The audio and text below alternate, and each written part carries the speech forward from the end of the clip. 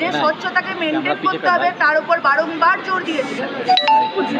মাননীয় মুখ্যমন্ত্রীর সঙ্গে যখন আমরা আলোচনায় বসেছিলাম, তার আগে আমরা লাইভ স্ট্রিমিংয়ের দাবি, যখন লাইভ স্ট্রিমিংয়ের দাবি মানা না হয় তখন বোথ সাইডের ভিডিও রেকর্ডিংয়ের দাবি, এমনকি সেটাও যখন সম্ভব নয় বলে ওনারা জানিয়েছিলেন, প্রশাসনের তরফ থেকে জানানো হয়েছিল, তখন আমরা বোথ সাইডের মাইনিউটসের এগ্রিমেন্টের পরেই সেখানে উভয় পক্ষ সম্মতি সহকারে স্বাক্ষর করবেন এবং তার মাধ্যমে আলোচনার সুষ্ঠু সমাধান বেরোবে, এই আশা নিয়ে আমরা আগের দিন মাননীয় মুখ্যমন্ত্রীর কাছে মিটিংয়ে গেছিলাম। আমরা আলোচনায় বসেছিলাম। মাননীয় মুখ্যমন্ত্রী আমাদের প্রত্যেকটি দাবিকে অত্যন্ত সহানুভূতির সঙ্গে শুনেছিলেন এবং আমরা সেই যে স্বচ্ছতার দাবি নিয়ে গেছিলাম সেই রকমভাবেই বোথ সাইডের এগ্রিমেন্টে মাইনিউট সাইনগুলি সেখান থেকে এসেছিলাম।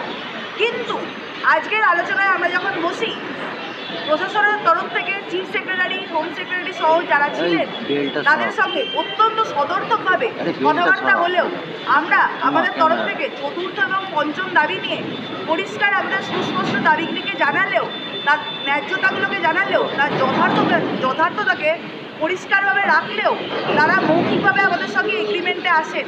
তারা বলেন যে হ্যাঁ, এই প্রত্যেকটি দাবি সঠিক। আমরা যখন বলি যে থ্রেড কালচারের প্রশ্নে প্রত্যেকটি কলেজে কলেজে যে ভয়ের বাতাবরণ তৈরি হয়েছে তার বিরুদ্ধে কলেজ এবং স্টেট লেভেলে এনকোয়ারি কমিটি গঠন করা উচিত, তারা আমাদের সঙ্গে সহমত হন। আমরা যখন বলি যে নিরাপত্তা এবং সুরক্ষার প্রশ্নটি অঙ্গাঙ্গিভাবে জড়িত রোগী পরিষেবা এবং রোগী পরিকাঠামোর সঙ্গে এবং সেই জন্য দরকার পেরিফেরি হাসপাতালগুলির একটি পুঙ্খানুপুঙ্খ রিপোর্ট বানানো এবং সেই অনুযায়ী পদক্ষেপ নেওয়ার, তারা আমাদের সঙ্গে এগ্রিমেন্টে আসেন। আমরা যখন দাবি করি যে প্রত্যেকটি সরকারি হাসপাতাল, সরকারি স্বাস্থ্য পরিষেবার ক্ষেত্রে সমস্ত স্তরের স্বাস্থ্যকর্মী, ডাক্তার, নার্স, টিকাকর্মী, সুরক্ষাকর্মী সহ সমস্ত স্তরের স্বাস্থ্যকর্মীদের রিক্রুটমেন্টের আশু প্রয়োজন, তখন তারাও সেটা নিয়ে এগ্রিমেন্টে আসেন। ভয়ের বাতাবরণ দূর করার জন্য যে জুনিয়র ডাক্তারদের আরটিএর ইলেকশন দরকারি, কেন স্টুডেন্ট ইউনিয়ন দরকারি এবং সেগুলিকে ইমিডিয়েট করার প্রক্রিয়া চালু করতে হবে, এই সমস্ত দাবি আমরা যখন রাখি তারা মৌখিকভাবে আমাদের সঙ্গে এগ্রিমেন্টে আসেন এবং আশ্বাস দেন তারা এই ডিরেক্টিভগুলি পাস করবে।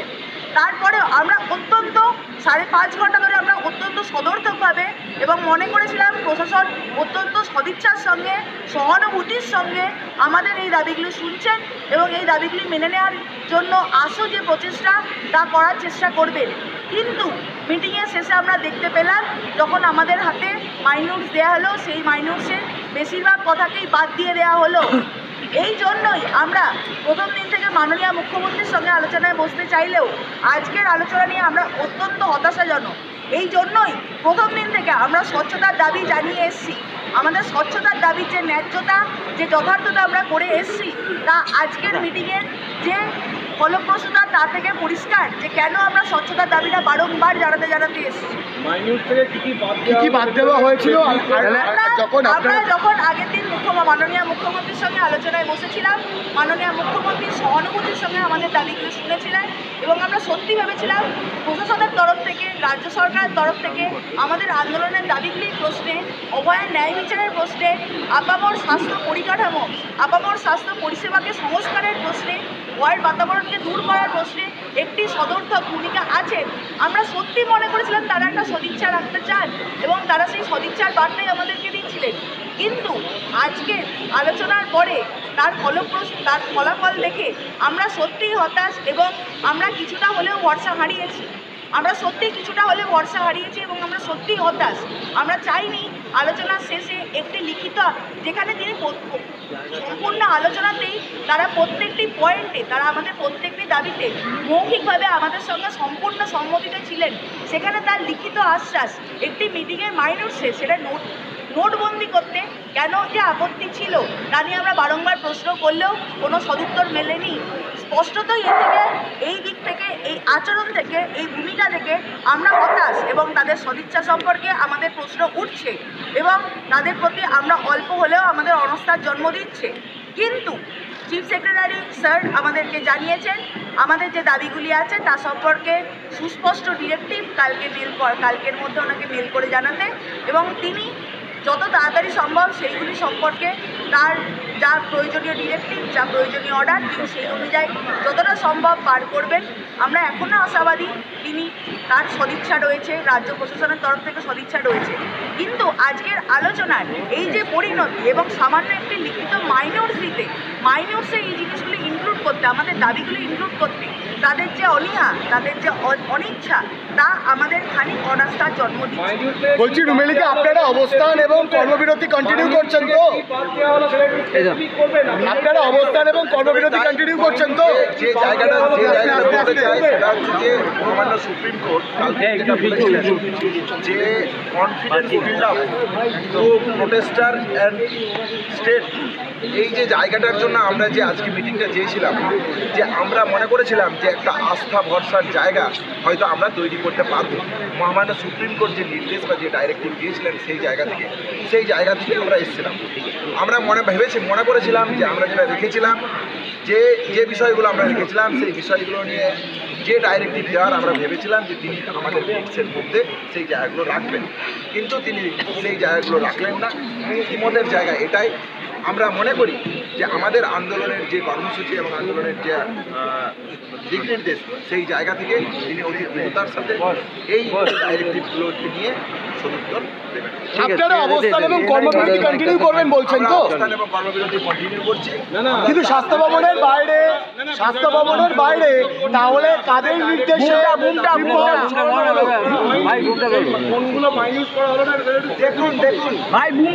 স্পষ্ট কথা, সুপ্রিম কোর্টে ডিরেক্টিভে স্পষ্ট লেখা রয়েছে যে আমাদের আইনজীবীও বলেছেন যে আমরা কেন কাজে ফিরতে পারছি না, তার কারণ হচ্ছে আমরা সেখানে ভালনারেবল ফিল করছি। কেন ভালনারেবল ফিল করছি তার পয়েন্টে কিন্তু এবং 4 এবং 5 নম্বর দাবি হিসেবে আমরা এসেছিলাম, এবং প্রত্যেকটা জিনিস সম্পর্কে মৌখিকভাবে আশ্বাস দেওয়া হলো না, এবং উনি বললেন যে অতি দ্রুত সম্ভব ডিরেক্টিভ দেবে। কিন্তু আমরা যখন বললাম আগের দিনের মতো, আমরা তো আগের দিন মাননীয় মুখ্যমন্ত্রীর যে বাড়িতে যে মিটিং হলো সেখানে দুই তরফের সই সহ একটা নয়, আমরা বহু জিনিস নিয়ে আলোচনা করেছিলাম, কিন্তু যখন যে জিনিসটা সই করতে বলা হয়েছিল সেখানে কেবলমাত্র কিছু জিনিস, যে সিসিটিভি, অনকল রুম, এইটুকু হচ্ছে সেখানে দেওয়া ছিল। আমরা কিন্তু আমাদের তরফ থেকে মিনিট সেটা আপনাকে দেওয়া হবে, যেটা ওনারা সই করতে চাননি। ওনাদের তরফে হয়তো যে মিনিট যেটা আমরা সই করিনি সেটাও হয়তো ওনারা দেবেন, সেটা আমরা জানি না, কিন্তু আমাদের তরফ থেকে কী কী ডিসকাশন হয়েছে সেটা কিন্তু আমরা দিয়ে দেবো, আপনাদের প্রোভাইড করবো। Thank you. এই ডিরেক্টিভ যেটা পাঠাবে সেটার মধ্যে কি দেওয়া থাকবে বলেছে। ডিরেক্টিভ যেটা পাঠানো হবে তার মধ্যে কি থাকবে, তাতে কি থাকবে, ডিরেক্টিভসে কি থাকবে, ওখানে গিয়ে বিস্তারিত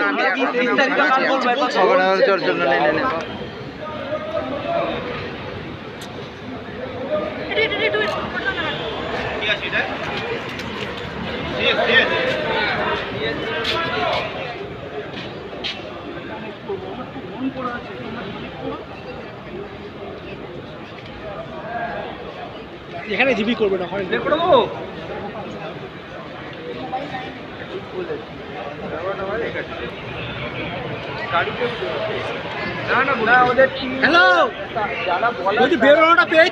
আমাদের ভিডিও ভালো লাগলে লাইক এবং শেয়ার করুন। কমেন্ট সেকশনে গিয়ে জানান আপনাদের মতামত।